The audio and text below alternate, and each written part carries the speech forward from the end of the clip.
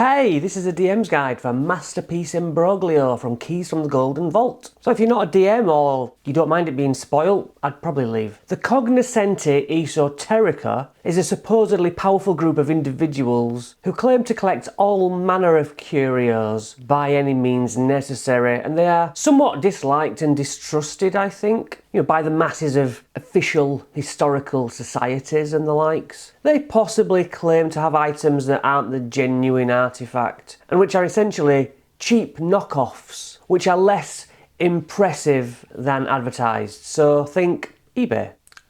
But even these chancers sometimes strike lucky and land on the real deal, as they have with this magical painting called Constantori's Portrait. There was to be a show put on valuing the significance of the painting and to have a discussion about the aesthetics of masculine beauty in society, as its subject is supposedly one of the most beautiful men who ever lived. He also looks a bit like Prince, so I guess that's fair. Then before the show could occur, the Agile Hand stole it, a thieves guild from elsewhere. They killed 3 guards in the process. A lookout accomplice was captured and is prepared to trade information for his freedom. The mission is obviously for the PCs to steal the original painting back. Adrissa Carimorte from the Cognoscenti Esoterica wants to meet them, and she'll pay them 2,000 gold pieces. She'll meet them, lead them to a barn where the captured accomplice is being held. A human bandit called Grinky Brithwort is tied to a chair. Guildmaster Dusk is the leader of the Agile Hand. She's a trained assassin. The windows are boarded up and the door's usually locked, so if you want to get a key, the best course would be to get Elix the Saint, a lieutenant of Dusk's. He hangs out at the Tipsy Tavern, a seedy joint, and maybe take their key. Although the Guildmaster Dust will have a key, and there's Jaemont the Sinner, who's a resident spy, and the Master of Ravens, Gwish. They might have a key. The guild house is guarded at night by whoever gets bullied into doing it. And if you're thinking of joining them, Dusk has said no more newcomers. I don't know where the portrait is, but I'm guessing it's in Dusk's quarters, on the 2nd floor of the tower, or maybe in the basement where they do the training.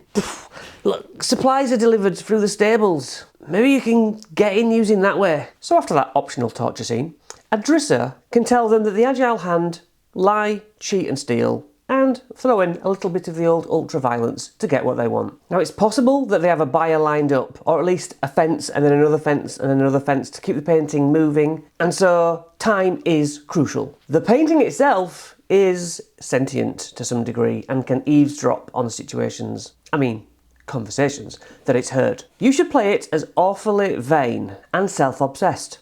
Prince. Grinky gives them a crudely drawn map. His guesses of the locations of the portrait are incorrect. The picture's whereabout isn't actually mapped, but it is on a higher level of this tower, a single room. They might check out the guild house now, they might go to the Tipsy Tavern, but 45 minutes walking distance is between them. Entering the Tipsy Tavern, there at the bar, Elix the Saint is flirting with the barmaid Carissa. He's usually there from 7pm-ish to 12am, so bathroom breaks maybe? Distraction techniques, card games, any pub game with him. Seduction? Loads of ways to snatch that key. Elix knows for a fact where that portrait is. Now there are a few ways to locate an object, or just to sneak in and infiltrate the guild house itself, so let the players devise their own way of doing it and roll with that. I like how they put in the detail that the guild house is next to a river and an embankment and rows of mulberry trees. Also, it's down a winding cobbled street. Nice touch. And I like this names table. This can be taken and used elsewhere. Beyond that, we have the guild task force table, an assassin, an oni, a shape-changing doppelganger, a bandit captain, and some other goons. 1. The western porch has "No trespassers" written on a sign, and above it is a lookout guard on a balcony. On the wooden entrance steps at ground level, there's a little liftable floorboard which has been lifted many times. Down there is a dirty satchel with some parchments in it, of your kind of choosing really. Deals that are being done. 2, there's 10 riding horses in here. A dung-filled car. It stinks of poopses round here. And there's ladders to a hayloft above. The whole place is extremely fire hazard prone. In the hay bale and sack stuffed loft above, a young lad called Needly Pitts might alert the stable master by ringing a metal bucket with a tool. Number 3, there's a drunken guy, supposedly. He's got a blanket thrown over him by a friend, maybe. This is actually the doppelganger, Jaymont the Sinner. He signals Gwish in 21 by knocking 3 times and the sound carries. Jaymont has the master key to all the doors on him by point of interest. 4, 3 carts surrounded by all manner of stable-related goodness. Tools, ropes, horseshoes, nails, hammers, you get the idea. They can create a leatherworker's toolkit. Very useful if you have the ingredients to make what that can make, such as different kinds of armour. Area 5, an office offering rooms for rent. 2 of the keys are still hung up, so 1 is occupied. There's a kind of a hidden door at the back which you push and it leads to a staircase down, which is the next area. But there's a coin box in here that has a little bit of cash in it. Okay, so you go through that door.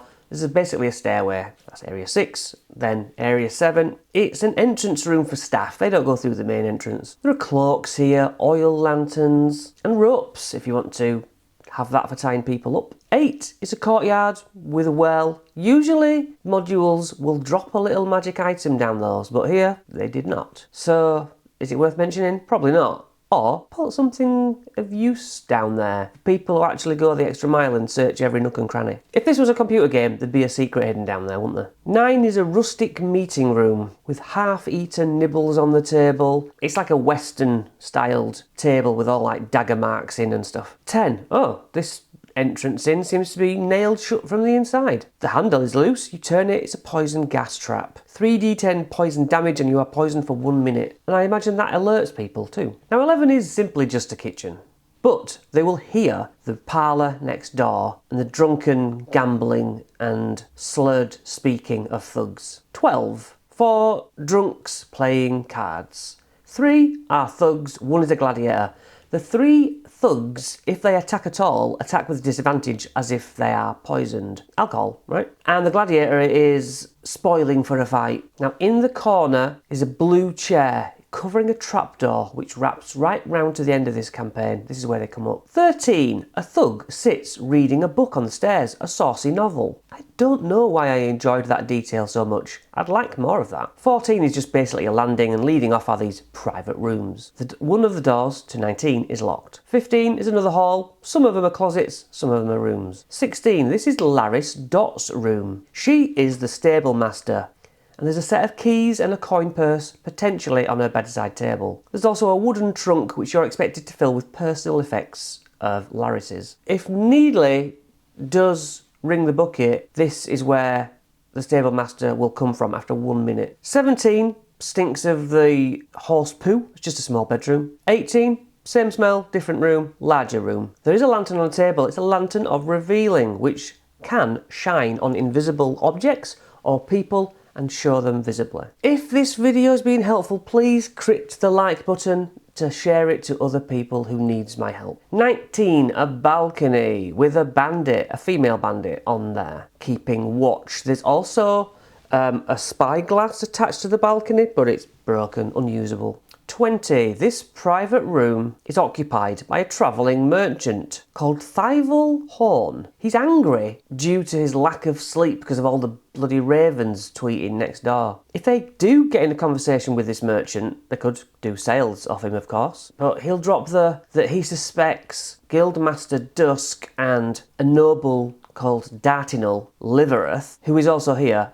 They are lovers, he thinks. He's right. Also, Jaymont the Sinner is a master of disguise. He's a doppelganger, of course. 21 is Gwish's room. The truth is that Gwish isn't actually a man either. Another sort of illusion going on there. He's an Oni, and he uses the ravens to pass on messages for the Thieves Guild. That's all you really need for this room. They'll get 1 chance to leave Gwish alone before it attacks. 22 is another balcony with a female bandit lookout, but this time the spyglass actually is in bad shape, but it works. But I mean, what are you gonna look at? 23 is the stolen goods room. Full of crates. This is where Elix the Saint records what's coming in and going out. He documents it in a ledger. In the corner, there's actually a coffin that's been dug up. It's got a dead priest inside it. He's wearing a necklace of prayer beads. If you take that, you get like heals and some other bits. 24. This is Elix's office. There's a bandit blocking another door out of this room into the tower area. In a desk drawer is a ledger. It supposedly would mention the portrait. It does not yet. That's how recently it's been brought, or that's how crap Elix is. 25. The guards doze in shifts. Currently, 2 unarmed thugs rest in the beds. 26. Okay. Quietly in this room.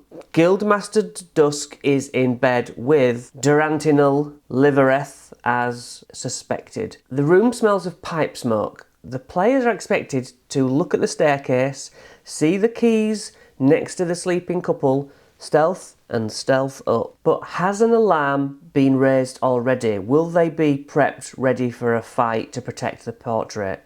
Only you know that. 27, up that staircase. Of course the door's locked with that key. Unlock the door, lockpick it, whatever. Kick it down for me. You go in, the painting hanging in a darkish alcove at the opposite end of the room. There's a table over there covered with bits.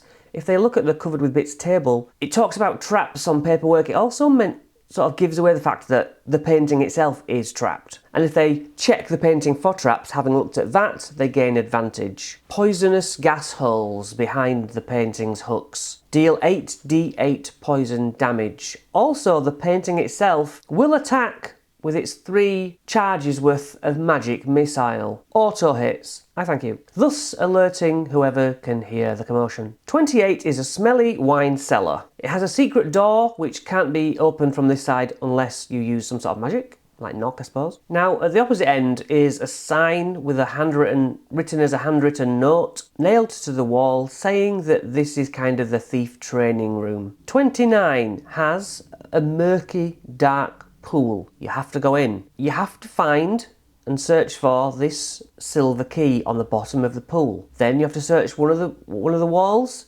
You find a keyhole. Twist the key. Tunnel opens up. That tunnel is full of quippers, that's area 30. You have to swim all the way down the end of that tunnel and find a trapdoor which pushes open with ease into an air-filled room. So it's suffocation rules, basically. A creature can hold its breath for a number of minutes equal to 1 plus its constitution modifier before suffocation begins. Then they gain 1 level of exhaustion at the end of each turn until they can breathe again.